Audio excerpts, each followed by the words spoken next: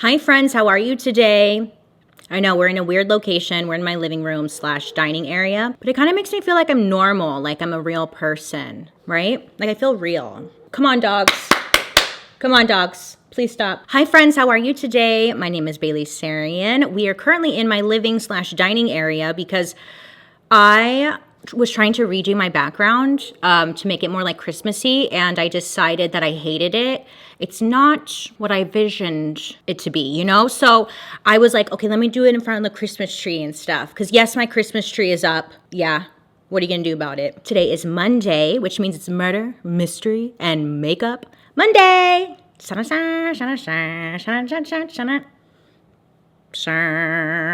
If you are new here, hi, how are you? My name is Bailey Sarian, and on Mondays I sit down and I talk about a true crime story that's been heavy on my noggin, and I'm out of breath. I do my makeup at the same time. If you're interested in true crime and you like makeup, I would highly suggest you hit that subscribe button because I'm here for you on Mondays. Last week I got sick again. Yes, sorry. So today I want to do a special giveaway. I hit 3 million subscribers and I can't say thank you enough. It means more than you know. I low-key hate doing giveaways because I want to give everybody something and it makes me feel bad that I can't. But I should just shut up and do one anyways. But I do want you guys to know that I so greatly appreciate you and I really can't say thank you enough. It's been a very weird year, but like this has been incredible. I don't know. I don't have the right words, but I just want you to know that I'm so grateful for you, and I hope you know that. I just really appreciate you. Way to go. No, but I do. I'm just awkward, okay? So I wanted to do a special giveaway, and it's a good one, okay? But I'm going to tell you what it is and how to enter at the end of the video. So don't forget to check that out. I know it's annoying. You're probably just gonna skip to it. That's fine, okay? That's fine, whatever. But my intro is already kind of long because I ramble too much. So it'll be at the end of the video. It's a good giveaway! Before we jump into today's story, we do have a sponsor. I filmed it in my last background. Don't get scared. Today's video is sponsored by Casetify. Casetify, if you don't know, is a tech accessory brand specializing in unique and protective phone cases and also AirPod cases, watch bands, and many other tech accessories. Their impact cases are engineered with a 2-layer construction of Chi-Tech technology, and they also are drop test approved for drops up to 6.6 feet. Casetify has a huge selection of designs. You can pick your favorite color or print and match your phone to your own unique style. You can also add your name or a monogram for a truly custom case, which would make a great holiday gift for someone special. The Casetify phone cases they're slim, they're comfortable in your hands, plus they're partially made of recycled plastic. They have antimicrobial coating that keeps your case germ-free. Up to 99% of germs will be not on your phone. I love the Casetify cases because they're fun. They have so many different colors and patterns and designs to choose from. It's endless. They would make a great holiday gift if you're kind of stuck on what to get somebody. Everyone can use a phone case to protect their phone. They're expensive. Protect them. Right now for my murder mystery and makeup friends, you can go to casetify.com/BaileySarian and get 20% off your new phone case. Again, go to casetify.com/BaileySarian and get 20% off your new phone case or like a gift. 20% off a new gift phone case to somebody. I made that more complicated than it needed to be. Thank you, Casetify, for partnering with me on today's video. But most of all, big thank you to you guys because without you, I wouldn't be here right now. I just appreciate you. Okay, we're back. Wow. So today I do have to add a warning. Warning. Following presentation is intended for mature audiences. It contains graphic descriptions of crime scenes, adult dialogue, and strong language. Viewer discretion is advised. Oh my God, I forgot brushes. Oh, Lord help me. Last upload, we talked about the Black Dahlia. Remember? Well, today's story is kind of like, I technically should have done it before the Black Dahlia story. I guess it would have been a good lead in, but I didn't, so it's okay. It's about the Cleveland torso killer, today's story. And it's intense. So during the 1930s, Cleveland was a city on the rise. Cleveland, Ohio. The population continued to grow and became a melting pot of laborers needed to support our steel and manufacturing base. Now, despite the effects of the Great Depression, people were beginning to get on their feet again. But during this time, one of the most prolific and gruesome serial killers of all time carried out acts of horror, which led to one of the biggest unsolved crimes in history. Yeah, unsolved, baby. So, the place, Lake Erie. It's near Cleveland, Ohio.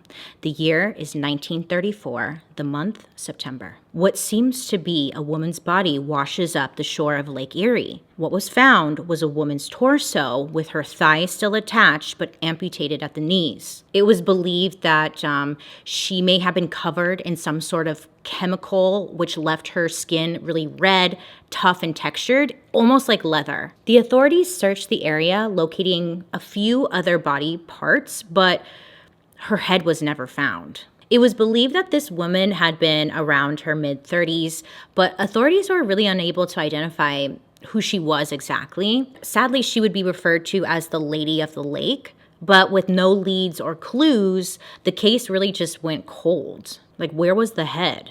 You know? Jeez. So about a year later, in an area called Kingsbury Run, it's along the east side of Cleveland, 2 more bodies had been found in a very similar fashion. Now, Kingsbury Run once contained a natural watershed that drained stormwater into the nearby river, but in the 1930s, it was said this area was considered a rough part of town and a lot of crime was happening as well. During the Great Depression, many families, they had lost everything. 1 out of 4 families didn't have any source of income. Many of them ended up living in very terrible conditions, like just really sad. Now, this area, the Kingsbury Run, it was said to be covered in just trash and waste. And many people built little homes out of mud and the trash in the area. Now, close by to Kingsbury Run, there was this area called Roaring. Roaring is like one of those words I really can't. Roaring Third, which this area had a few different bars, brothels, and also gambling dens, and also a flop house where people were constantly coming as going because it was really close to a train station out of town. So there would be lots of people coming from all over, passing by, and then they would stop in this area. In September 1935, 2 teenage boys, they were walking around in the area and they discovered what seemed to be a decapitated body of a male. So the authorities go out there, they go out to the scene, right? And what they find is indeed a decapitated male. They see that the body was naked. He's just wearing a pair of socks. There were rope burns around each of his wrists. Also, the victim's body was drained of all blood. Does that not sound familiar? It was drained of all blood. There was no blood on the body. There was no smudge marks of blood. There was no blood, nothing around the scene. It was clean. It was weird. It was real suspicious, okay? Where's the blood? Where's the head? Where's the head?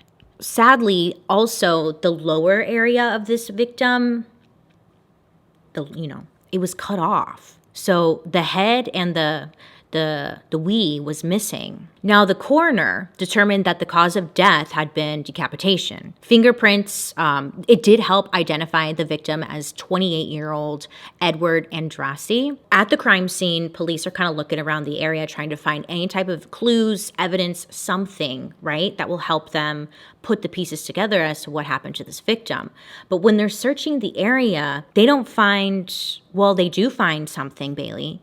What do they find? They find another body. There was another body. Now, this victim also, his head, he was decapitated, and his lower area was cut off. So it's clear to the police that, it was probably done by the same person. Now, this is when the police start connecting some dots, because that's when they notice that on this second victim that they find, it appeared that he had some kind of chemical put on his skin in the same way the Lady of the Lake was, because his skin was also red, rough, and super leathery. It was apparent that this victim had been dead for at least a couple of weeks, whereas the first victim that they found nearby, it seemed like his was more newer. It was like it wasn't sitting there for as long. Sadly, though, they were unable to identify who this victim was, the second one. So that's when police start, figuring that they're probably dealing with a serial killer, a really sick one at that. So then in January of 1936, a lady's out doing her thing, minding her own business, okay? She comes across two baskets that are sitting alongside this manufacturing building she's walking in front of. So she sees these two baskets and they seem to be filled with like newspaper or something, like something's wrapped in them, right? So she kind of goes and takes a look inside. Maybe it's money. That's what I would think, And she sees something that's like wrapped in a bunch of newspapers. So she's feeling a little curious. She opens it up. What does she see? She sees that wrapped inside the newspaper seemed to be like human body parts. She wasn't sure as to like what she was looking at, but it was clear that it was like skin and just parts. Oh yes. Why'd I look in there? So authorities come out to the area and they see that it is indeed. I'm not laughing because of that. I'm laughing because of how like awkward I am sometimes. They see that it's a woman's body parts wrapped up in these baskets. It's a woman. So they search the area. They're not finding anything. Now they have like people going out and searching the area over the next couple of days in hopes to just find something, anything, right? And about 10 days after finding the victim's body, that's when they were able to recover most of her body that was cut up and scattered around.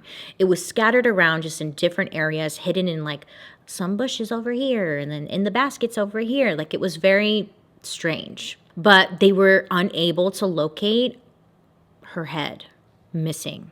Yeah, where the hell is that? I don't know. So similar to the other victim we had talked about, Edward, the coroner also determined that this victim had died from decapitation. The cause of death had been decapitation. With this victim, though, it was a little different. It was a little odd because the killer, whoever it was, they waited for the rigor mortis to set in before dismembering the rest of the body, whereas the previous victims, whoever was responsible, didn't do this. They're thinking like, this is going to sound inappropriate, but it's kind of what they're thinking. It's almost like a little science project going on or something. Like maybe the killer wanted to see what happened, like trying something new. Who freaking knows? So fingerprints were taken from this victim as well, and they were able to ID her as a woman named Florence, or Flo. She worked in the area as a waitress, a barmaid, and she also worked as a sex worker. And she lived right on the edge of the Roaring Third. So right where a lot of people were coming and going. So it's like, oh shit. Could have been someone who just left town. Investigators were feeling like they had to kind of like work fast because the person in the area could easily flee. So, I mean, investigators are doing their thing. They're questioning as many people as they can, but nothing is coming from it. No leads, no clues, nothing. So then in June 1936, early in the morning in Kingsbury Run, two boys, they decided that they were going to skip school, Let's go hang out and walk around because they don't know what else to do. So they're walking around the area. And then they come across what seems to be, you guessed it, no. They come across a pair of trousers. There's trousers on the floor, but that they see that there's something wrapped in it, okay?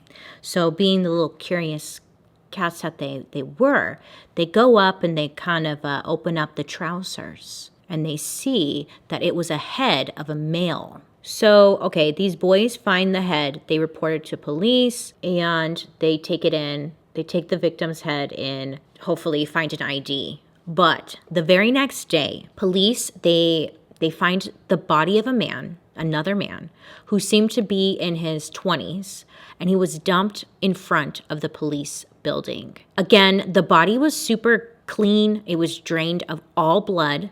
But this time, the body was fully intact, like not cut up like the previous victims. But once again, he was decapitated.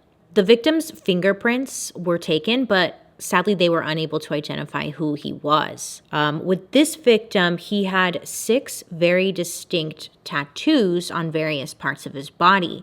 Now, police were hoping that this would help identify who he was, right? So they put out there in the newspapers and stuff like, hey, if you know someone with this tattoo, let me know. So they put his tattoos out there in hopes that somebody will come forward and say, that's so-and-so. But again, sadly, this victim would just be known as the tattooed man, and he was never identified. Nobody knew who this man was. Oh my gosh, I'm just having like a light bulb moment. Because the train station was so close by, do you think maybe the killer was bringing in people? No, that'd be silly. It's probably just people from out of town. I feel like that would be too much work. Okay, not a light bulb moment, but it's a thought. So then, July 1936, a teenage girl was walking through the woods and came across a decapitated man. First of all, I'm not sure why all these kids are just walking around alone in the woods and stuff. So this victim seemed to be in his 40s and appeared to be dead for about 2 months. The previous victims that had been found, they seemed to be killed in different locations, and then they were dropped around the town or in the area that the killer left them at. But with this victim, it was different. It was believed that this victim was killed on the spot. Maybe this person saw something he wasn't supposed to see, because nearby was a pile of bloody clothing and there was a large amount of blood that had seeped into the ground, which led authorities to believe that he was killed on the spot. I mean, it was clear as day. His head and the bloody clothing was found nearby, like it was right next to the body pretty much, but it was just different. I personally am leaning towards like maybe they witnessed something and the killer didn't have to, but he felt like, well, I gotta get rid of you now. So then in September 1936, a man is walking to the train. He's gonna catch a train so he can get out of town, right? So he's walking and then he trips and he looks back to see like, what the hell did I just trip over, right? And he's looking and he sees like what seems to be a man's torso. He tripped over a man's torso. Yeah, that sounds really weird, but based off of what I was reading and some of the pictures I saw, there seemed to be, or like the area was really bad, and there were just like piles of trash everywhere, and the torso wasn't just like laying out in the open with like nothing around it where you couldn't miss it, It was just kind of like buried or kind of mixed in with all of the mess that was going on in the area. So, yeah. Because when I was reading that, I was like, he tripped over a man's torso. So this man, he was just trying to get out of town and is walking, trips, look back. What is that? Man's torso. Police went out there. They searched the area, right? And nearby is like this large pool. So it's like when you're walking, there's a lot of the trash and debris and everything, right? And then nearby is like this huge pool, which was said to be nothing more than just a big open sewer. Someone's got to check that. Who's going to check that? Police are thinking this. I'm not checking that. You're checking that. You're going in there. They're like, that's your job. But eventually, they got a diver to come out to the area and dive into this large pool that was pretty much a sewer. Like, it was rough. And they're searching this area because they're thinking that maybe, the rest of this man's body parts could be in there, right? Now, this brought on a lot of onlookers. People want to know what the heck's going on. Now, the media was reporting about the bodies being found and whatnot and kind of keeping everyone up to date about what was going on. So a lot of the people knew, like, nobody knew who this killer was, and these bodies are being found. You get it. Okay.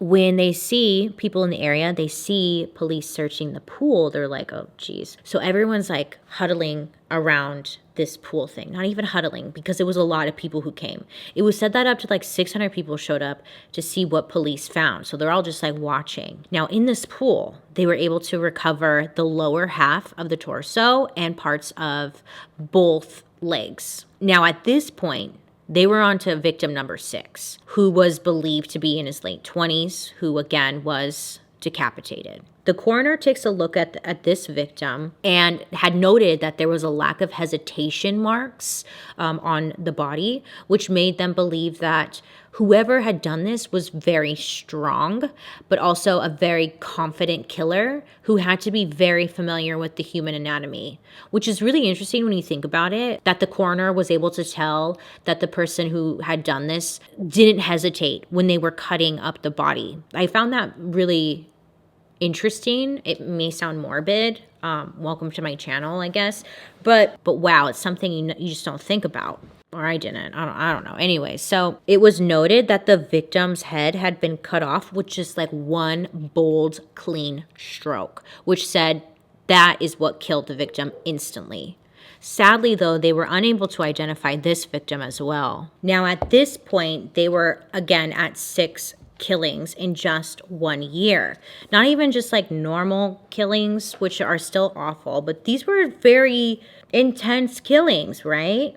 Where are the damn heads? They had no clues, no suspects, nothing to go off of. The local newspapers were reporting on the killings almost daily, and the fact that they had no suspects created a lot of tension in the area. Well, a lot of tension and a lot of fear, I would say. Some sicko is out here just chopping up people, and you guys are lollygagging. The police. They're lollygagging. Like, why haven't they got anyone? The media started referring to whoever was doing this, the killer. They were calling him the Mad Butcher. And other than calling him the Mad Butcher, that's really all they had. They had nothing. Nothing. You know, sometimes I think back, not even think back. I'll be like sitting on a toilet, minding my own business, right? And I'm like, well, how did they even solve crimes back then? Unless they caught him right away. You could get away with so much, though, back then. Not that that's a good thing, but it just, I don't know how they did it. I really don't. The mayor steps in, and he appoints a new safety director named Elliot Ness to get involved into the case. He's going to be like the lead main investigator guy. He's gonna solve the crime. Together, they put this group of people, the police, the coroner, and a bunch of experts. They come together and they create some kind of profile to who they're looking for. Some of the police also went undercover and started hanging around the Roaring Third, listening into conversations. They were talking to people, acting like they're gambling. They probably were gambling, but they were just trying to talk to people and figure out, what's the inside scoop. The police would say over time that they had interviewed up to almost 5,000 people. Okay, they were talking to everybody, and it would soon become, or at least turn into, the biggest police investigation in Cleveland history. They were questioning any and everybody, and they still came up with nothing. I don't think they were asking the right questions. I mean, don't you think somebody would have said something? People like to talk. People love talking, especially when they know something. I feel like somebody would have said something. Out of 5,000, nothing?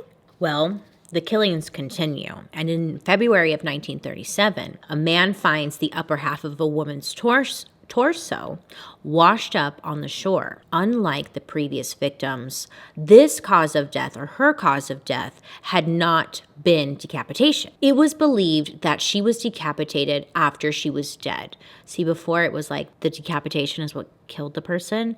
Now it was believed that the killer didn't chop off her head until after she was dead. So the torso is found, and then 3 months later, the lower half of this victim's torso had also washed ashore.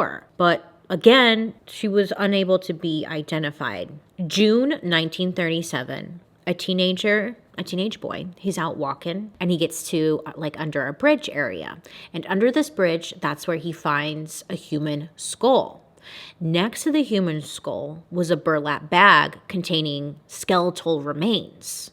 Now, police take in the skeletal remains and whatnot, and they are able to determine that this was a 40-year-old woman, and her dental records were able to identify her as Rose Wallace because they were able to get her name. They were able to, trying to get anything, something, nothing came from it. I mean, there's bodies everywhere. July 1937. a National Guardsman saw the first limb of the next victim in the wake of a passing tugboat. Over the next few days, police recovered the entire body from the river, but once again, the head was never located. With this victim, they saw that the abdomen had been gutted and the heart was ripped out. Also, this victim was never identified. I don't know what kind of science project was going on, but holy moly, what the hell? What was this person doing? Just keeping a bunch of heads? Oh my gosh. So then for a minute, things just kind of went quiet. Not sure why, but like nothing happened for almost a year. No new victims were being found, which is good, but it was like, okay, is this finally over? Did the killer leave town? But as the months passed, it seemed like, okay, I think it's over. Nay. No, of course not. Because then in April of 1938, that's right, maybe the killer like went out of town for something, a business meeting or whatever. I don't know. We don't know. But he was back in town.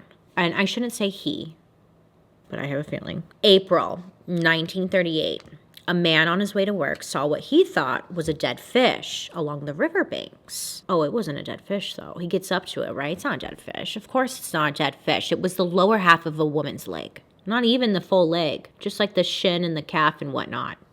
Jeez. And then about a month later, police pulled 2 burlap bags out of the river containing both parts of the torso and most of the legs. But this time, the coroner was able to detect drugs in the victim's system. Drugs. So this could provide some answers, okay? Because they're thinking like, did the victim take the drugs themselves?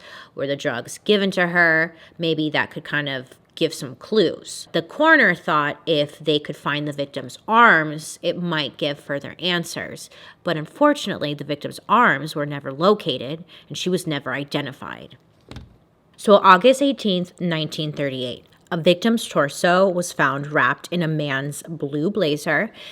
It's wrapped in a blue blazer, and then it's wrapped again in like an old quilt. The legs and the arms were discovered in a makeshift box. It was wrapped in like brown butcher paper, and it was held together with rubber bands. Kind of more creative than the other bodies, right? Or the other victims. Like, I wonder what that's about, actually. This victim was also decapitated, and the head, it was wrapped on its own separately, but it was wrapped up in the same way. Now, it was noted on this victim that some of the parts look like as if they had been refrigerated or put in like a refrigerator. I don't know why I keep covering my mouth, sorry. But while searching for more evidence, that's when police discovered the remains of another freaking body. Yeah, bodies on bodies on bodies, like just a lot of bodies going on. But there was another body just yards away. Now, these 2 victims were never identified. Now, do you remember Eliot Ness? I mentioned him earlier today.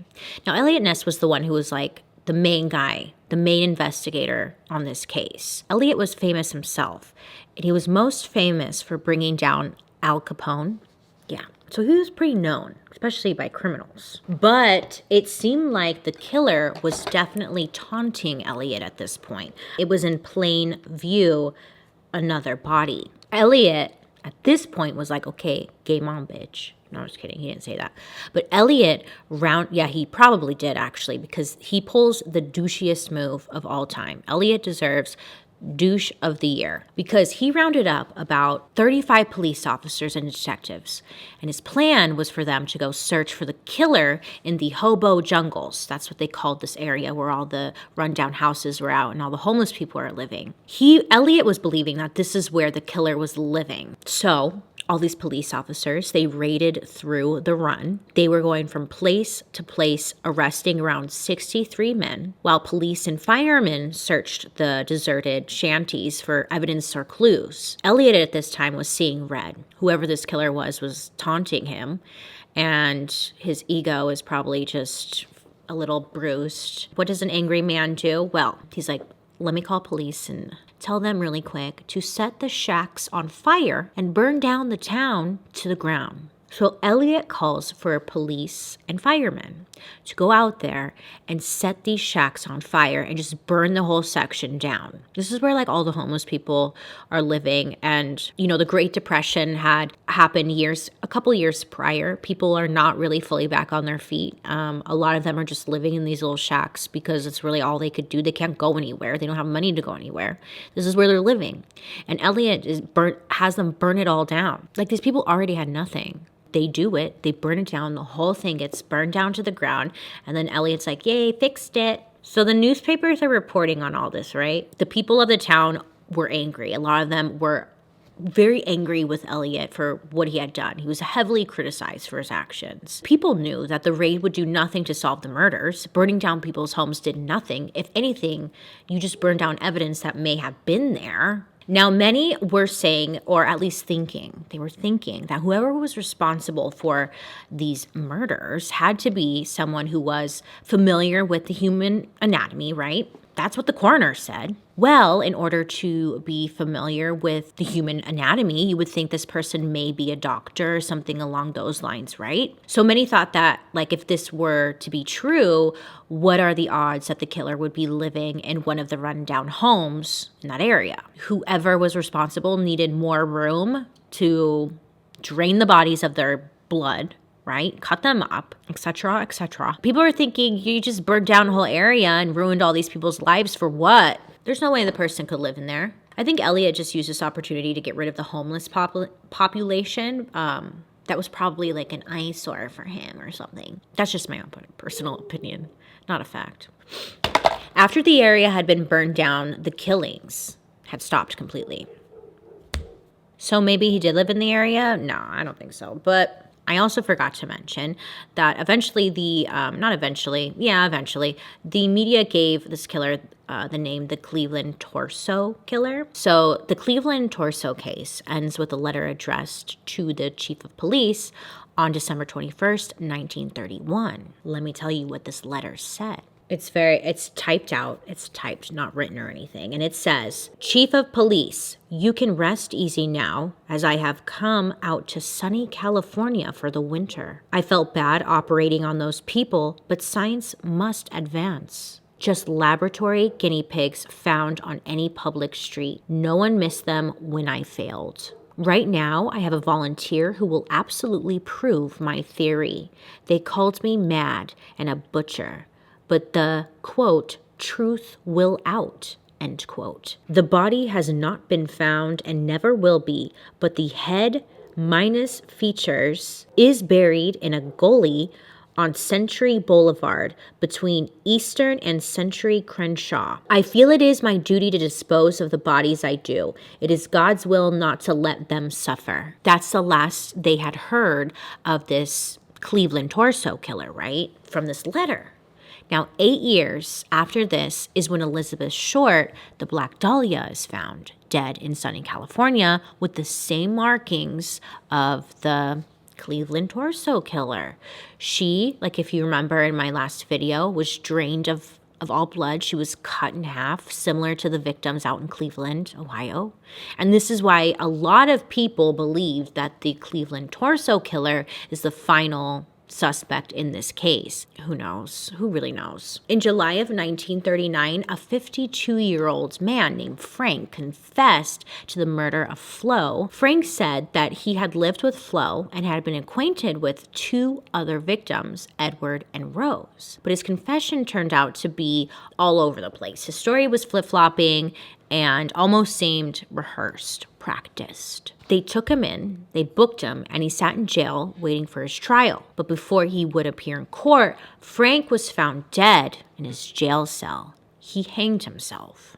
Or did he? What appeared to be a suicide left people with more questions. A lot more questions, okay? Because during the autopsy, it was revealed that Frank had 6 broken ribs. And Frank was 5'8", but hanged himself from a hook only 5'7" off of the floor with 6 broken ribs. Like, that's a little weird. Many people did not think Frank was the killer, okay? That police forced him to confess because people wanted, someone in jail for all these murders. So Frank is the one that got hit with it. And then maybe they killed him before trial. Because like the broken ribs had to happen while in police custody, but why? So these murders, they just remain one big mystery. Nothing has been solved from it. I mean, nobody knows what the hell was going on. There are so many rumors out there as who the killer may be, but there's been no solid leads as to who it was. Eliot Ness believed whoever the killer was continued to taunt him for years after the killings had stopped.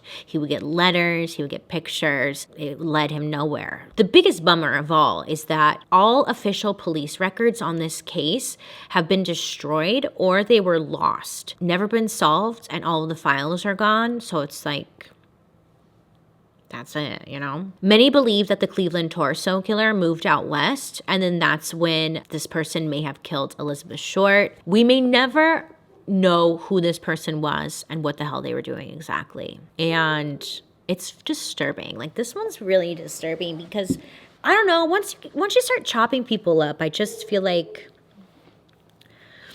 that, my friends, is a story about the Cleveland Torso killer, whoever the hell that was. If you know, or if you have any information, maybe you were related to this person, let us know. Well, don't let me know. Let the police know first, okay? And then come back and let me know. But no, tell the police.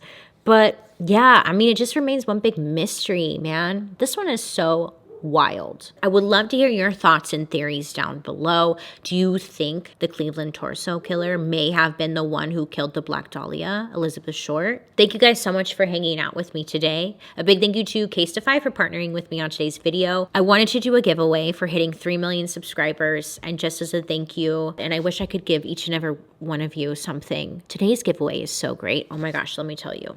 I had to make a note of what's in this giveaway. So in this giveaway, you can win the Estate Cosmetics and Me palette. I did a collab with Estate Cosmetics and came out with this cute little eyeshadow palette. So you can win that plus 2 liquid lipsticks, 2 glosses, 1 eyeliner, 2 highlighters, which is over $100 value from Estate Cosmetics. We also have the Loud Lacquer nail polish sets, both of the collections, so the new one, the Aqua Tofana collection, plus the last one I did, which was the Murder Mystery Makeup collection. They're fantastic nail polishes. Also, we have some merch. Yes, merch. And then we have Hunt a Killer is offering a 6-month subscription to the winner. Yes. Yes.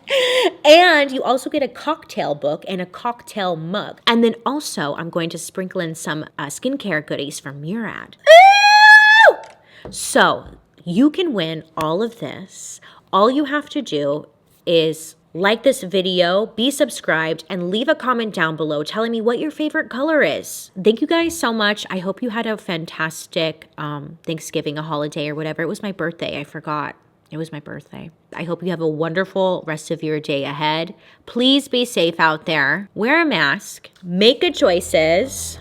Let me know if you like this new background. There's a lot on my to-do list. Have a good rest of your day. Make good choices. And I'll be seeing you guys later.